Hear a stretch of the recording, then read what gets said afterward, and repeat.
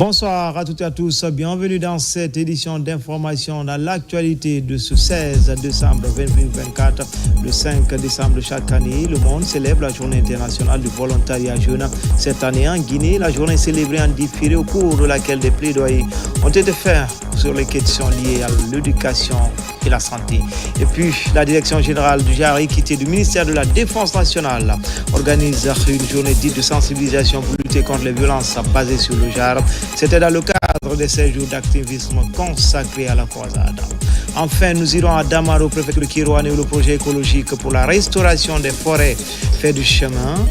La campagne nationale de reboisement porte ses fruits. Plus de 6000 plants poussent à la satisfaction des communautés.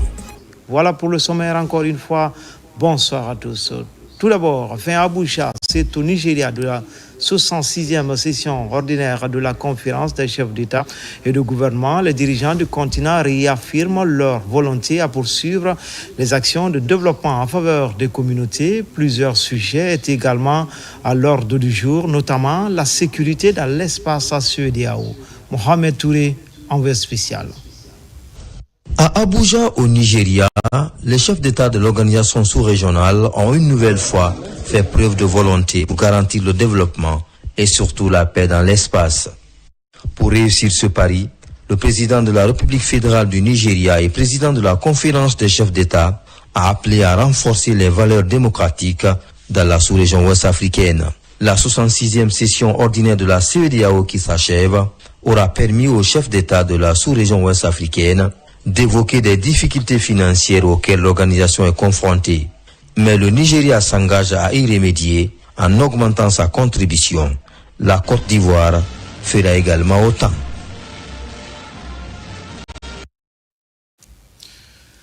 Nous nous excusons pour la mauvaise qualité de ces images. Comme annoncé dans les titres, le 5 décembre de chaque année, le monde célèbre la journée internationale du volontariat jeune. Cette année en Guinée, la journée est célébrée en différé au cours de laquelle des plaidoyers ont été faits sur les questions liées à l'éducation et la santé. Les difficultés de mobilisation des ressources financières ont été également évoquées. Plus de 15 000 volontaires seront mobilisés pour les prochaines opérations de sensibilisation. Images et témoignages.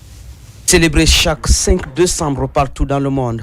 Mais cette année, à cause du deuil national décrété par les autorités suite au drame des Érékoré, la journée internationale du volontariat jeunesse est commémorée en différé en Guinée. L'occasion unique pour les acteurs de faire des plaidoyers.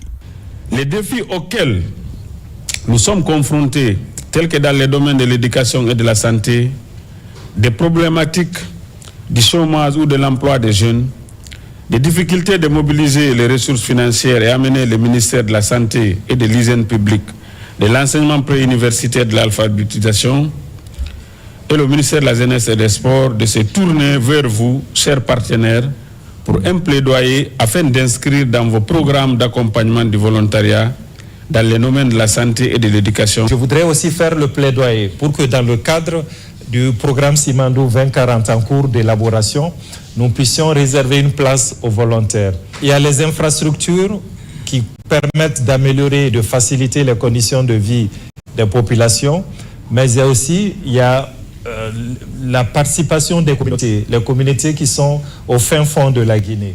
Dans l'écosystème du volontariat, la Guinée s'y positionne peu à peu à travers le ministère de la Jeunesse et des Sports. Cette année, par exemple, 350 jeunes volontaires ont été déployés dans les régions de Kankan et Zérékoré pour porter main forte aux communautés dans le domaine sanitaire.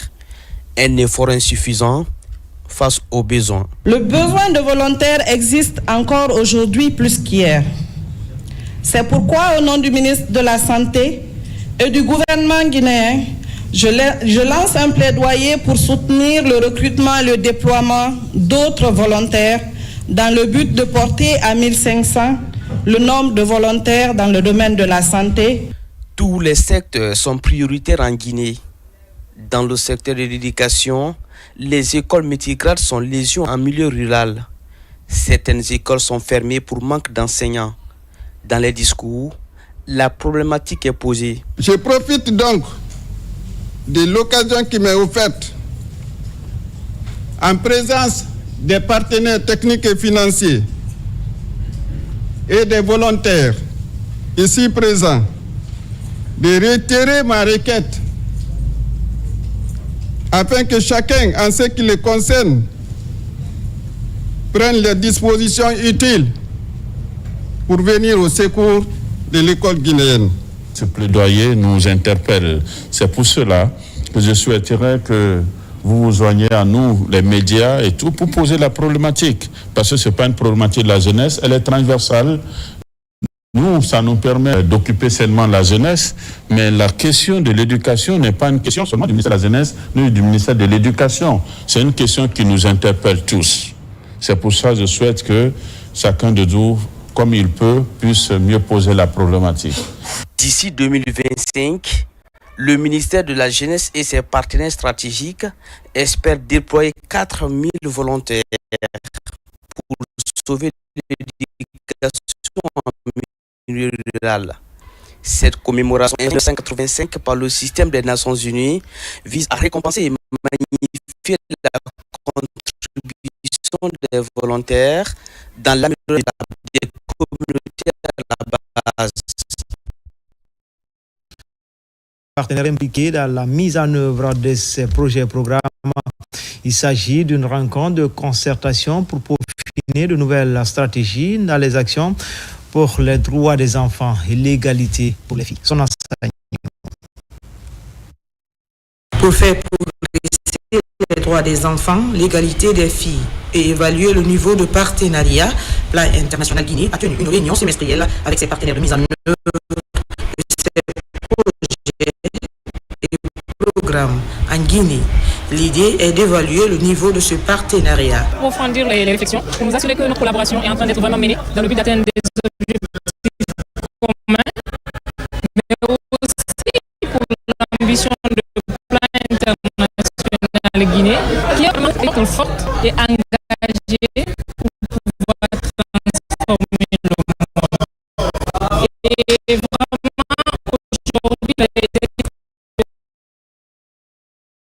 aujourd'hui, pour pouvoir mobiliser des ressources. Il était question lors de cette rencontre de lever les blocages, identifier les défis, réfléchir ensemble pour des solutions innovantes pour l'atteinte des objectifs. Après cette rencontre, on s'attend à ce que le plan soit flexible au niveau des partenaires de mise en œuvre. Parce que c'est vrai que réaliser des activités avec plan, c'est bien, ça te permet de renforcer tes capacités, ça te permet de créer un réseau et tout. Mais si plan aussi appuie ces organisations pour qu'elles soient autonomes, pour qu'elles aient des appels à proposition et réaliser eux-mêmes leurs projets, je pense que c'est l'idéal en fait que toute organisation de jeunes souhaiterait. Cette rencontre est très importante pour tous les partenaires du plan. Ça nous permet de connaître le plan, ce qu'il veut faire, et ça permet à nous autres de se connaître et respecter la politique de sauvegarde, la politique de lutte contre la corruption et la fraude des plans. Donc le partenariat qu'on compte développer avec Plan soit un partenariat gagnant-gagnant pour le plan lui-même, pour nous partenaires, mais pour nos enfants aussi et l'État guinéen. L'événement a été l'occasion pour Plan International Guinée de définir ses objectifs clairs et non négociables et de partager les responsabilités. Une dynamique marquée par la remise de satisfaction. Passage de témoin à la justice de paix de Dinguiraye, Mohamed Lamine Bari, précédemment juge au TPI de Kirouane, a été installé par le procureur de la région administrative de Farana. Le nouvel entrant tient à l'harmonie entre magistrats et citoyens dans la cité sainte de Dinguiraye, et cela conformément à la loi. RTG Farana, Ibrahima Oulem Fofana, Silati Kourouma.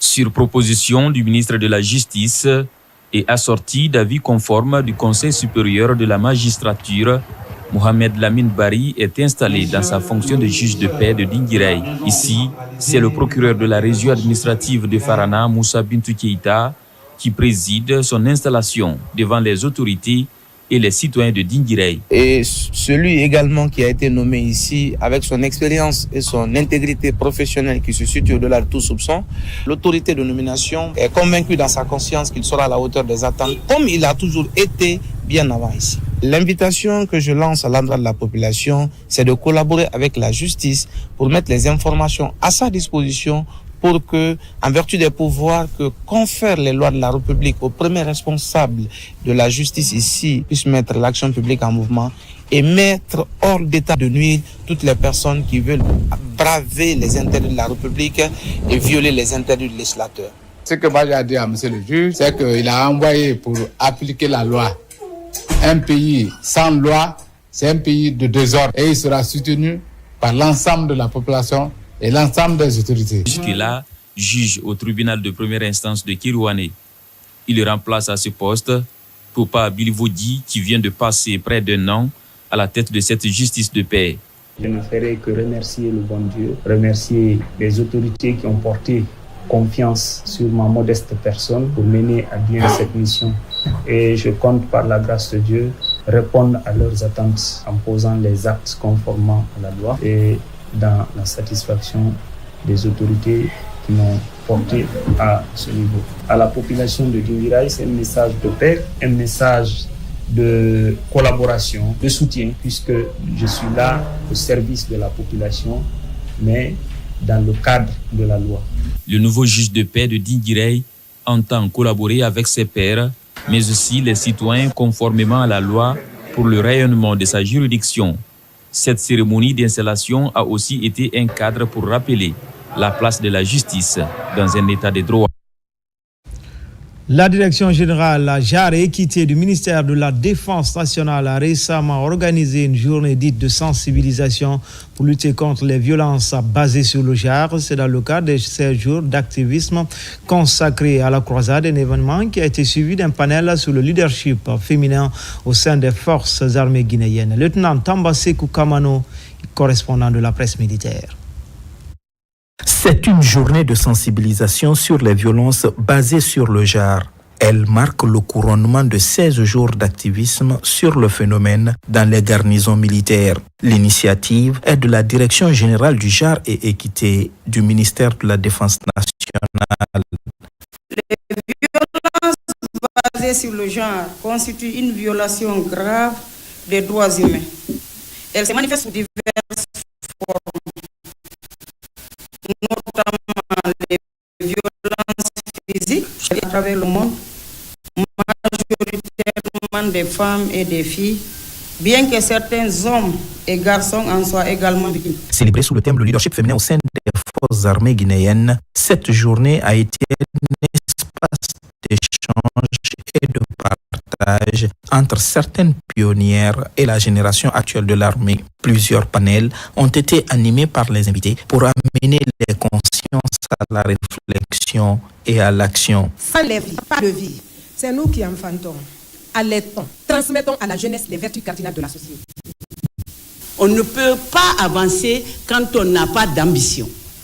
L'homme doit se fixer une ambition, être à la hauteur des hommes.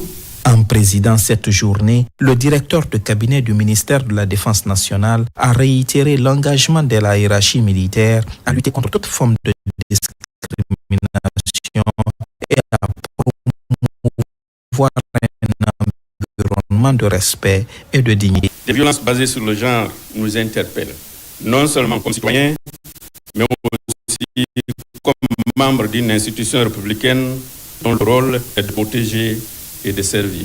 Mesdames et messieurs,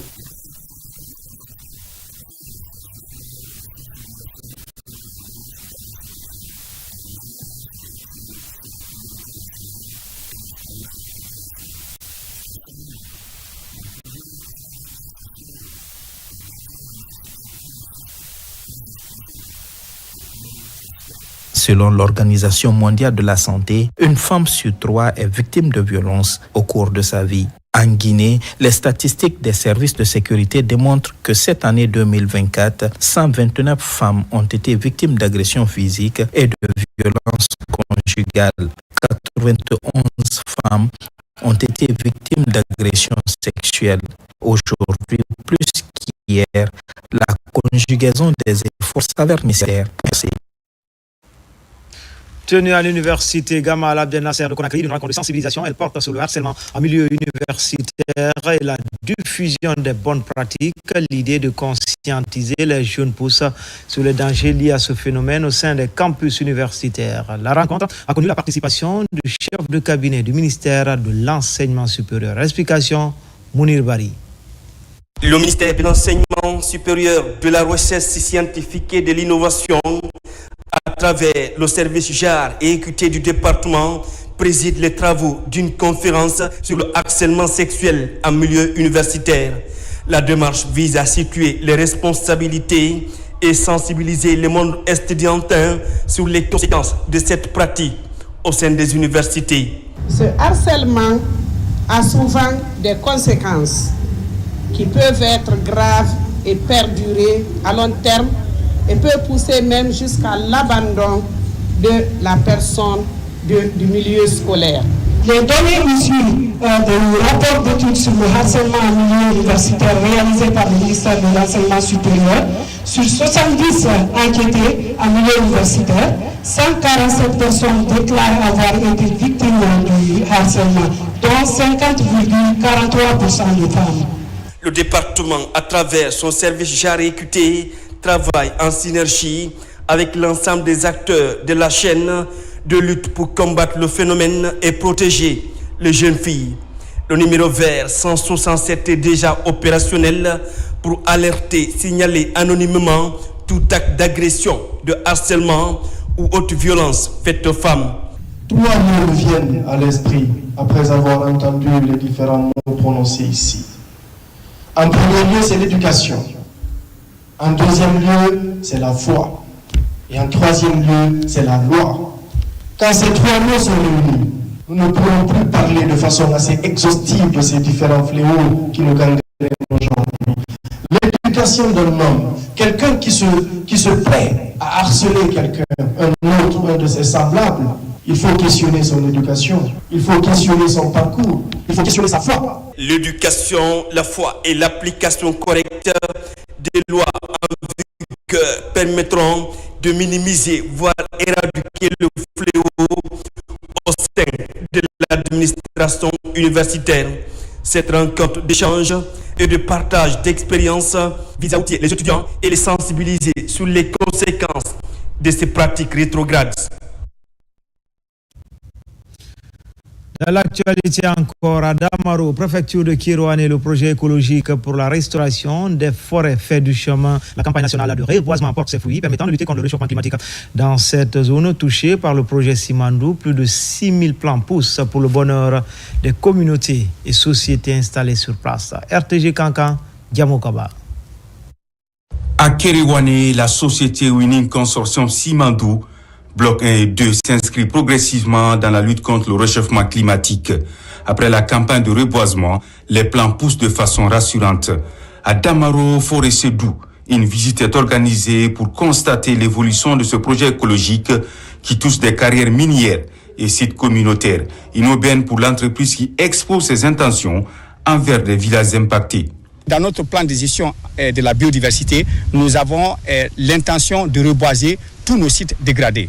Donc, aujourd'hui, nous avons pu reboiser plus de 64 000 plants avec 14 hectares et avec différentes espèces végétales. C'est-à-dire ces espèces sont locales parce qu'elles sont indigènes, elles ont été récoltées sur la montagne. Travailler dans les mines, il faut dégager les arbres, il faut dégager les herbes. Mais aussi, c'est une priorité encore pour la même entreprise de donner la couverture végétale donc aux endroits déboisés. Je crois que c'est une satisfaction donc à notre endroit, car notre souci continue à trouver donc de la solution. Dans sa politique de reboisement de l'année 2024, Winning Consortium Simandou Bloc 1 et 2 a mobilisé plus de 60 000 plants issus de 12 espèces locales. Pour le suivi et la sauvegarde, une ONG locale intensifie la lutte contre les effets du changement climatique dans ces zones touchées par le projet Simandou. Nous ne pouvons que vraiment remercier Winning Consortium Simandou parce que recruter une ONG locale, cela démontre leur attachement à la politique ou aux lois guinéennes parce que qui parle ici du projet minier va parler du contenu local. Donc, à travers cette politique de contenu local, nous, on a été recrutés localement pour travailler avec eux dans le cadre de la restauration des sites dégradés. Mais ça nous montre aussi, ça dénote vraiment la volonté des WCS à respecter le plan de gestion environnementale et sociale qui se sont engagés avec l'État guinéen. Plus de répit pour WCS engagé à changer l'image de ce petit village de la commune rurale de Damaro dans le registre de la lutte contre le dérèglement climatique. L'entreprise compte aller au bout de ses efforts pour le respect du contenu local et d'autres projets sociaux bénéfiques pour les communautés. Opération coup de balai à Ratoma dispensaire dans la commune du même nom. Les jeunes se mobilisent. Plusieurs espaces publics sont concernés avec l'accompagnement du PDG de Soguibek. Il fait désormais de l'assainissement de ce quartier une priorité. Thierno Ousmane Diallo. Conakry Ville Propre, une opération récemment lancée par le chef de l'État qui trouve un écho favorable au quartier Ratoma Dispensaire. La jeunesse mobilisée autour du PDG de Soguibek affiche sa détermination à améliorer le cadre de vie. Les principales rues et les structures de santé publique sont débarrassées d'immondices. Nous sommes tous là aujourd'hui parce que nous avons vu le chef de l'État, le général Mamadi Doumbouya, la semaine passée. Donc aujourd'hui, on s'est mobilisé dans ce quartier de Ratoma Dispensaire pour faire le même exemple comme le président de la République. Donc je fais un appel à tous les citoyens de Guinée de faire pareil. Tout simplement, merci à mes braves femmes. Et aujourd'hui, je suis très contente d'elle, franchement, et à mon frère Bakary Diaby. Merci pour tout ce qu'il est en train de faire pour la jeunesse. Je sais que le quartier Ratoma Dispensaire sera propre, Inch'Allah. Le ton est donné. Ratoma Dispensaire compte se positionner parmi les zones au cadre de vie agréable avec une jeunesse engagée qui peut désormais compter sur le soutien continu du PDG de Soguibek, choisi comme parrain du tout nouveau conseil de quartier. C'est une initiative très salutaire. Comme Ratoma Dispensaire est composé de 6 secteurs, donc chaque dimanche, on se mobilise, nous allons tous dans un secteur pour aller assainir. À tour de rôle. Quand vous entendez la santé, d'abord, ça commence par la propriété.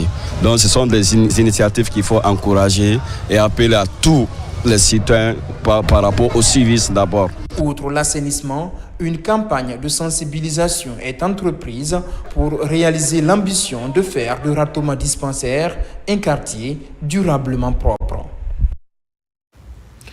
Restons toujours dans ce volet assainissement, mais cette fois-ci avec cette innovation qui va sans doute créer une émulation dans certains quartiers de Conakry, voire même de l'intérieur du pays. C'est une forme de compétition entre les 6 secteurs du quartier Taouya. 10 millions de francs guinéens sont à jeu pour rafler la mise. Le vainqueur doit mieux balayer devant sa porte. La nouvelle vision pour le progrès porte l'initiative. Abakar Junior Kamara. À l'image d'un tournoi de football, un tournoi d'assainissement se tient à Taouya, dans la commune de Ratoma. 6 secteurs sont en lice pour décrocher le titre du secteur le plus propre et remporter une enveloppe de 10 millions de francs guinéens.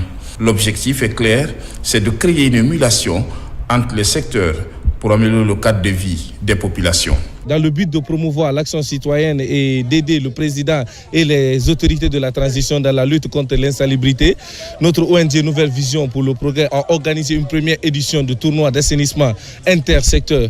Mais c'est de Guinée, ça ne concerne pas seulement que Taouya, c'est de Guinée. Qu'est-ce qu'on peut faire pour notre pays? Une ville propre, c'est une ville saine. Une ville propre, c'est des citoyens en santé. Une ville propre, c'est une ville qui sera une renommée parmi les villes du monde et tout ça. Et l'ONG NVP, Nouvelle Vision pour le Progrès, a pour objectif d'assainir la capitale en organisant pour sa première édition ce tournoi d'assainissement. Ce projet inédit de la capitale bénéficie du soutien des autorités municipales qui saluent l'engagement des initiateurs. Je voudrais saluer l'initiative et dire que nous sommes comblés de joie parce que c'est une première dans la commune, que des initiatives viennent des quartiers, surtout à telle période où les autorités concentrent tous les efforts dans le cadre de l'assainissement. Dans cette compétition, chaque chef de secteur joue le rôle de capitaine, mobilisant ses équipes dans un effort collectif.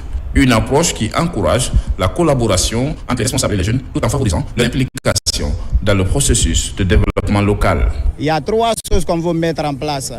Aujourd'hui, c'est service.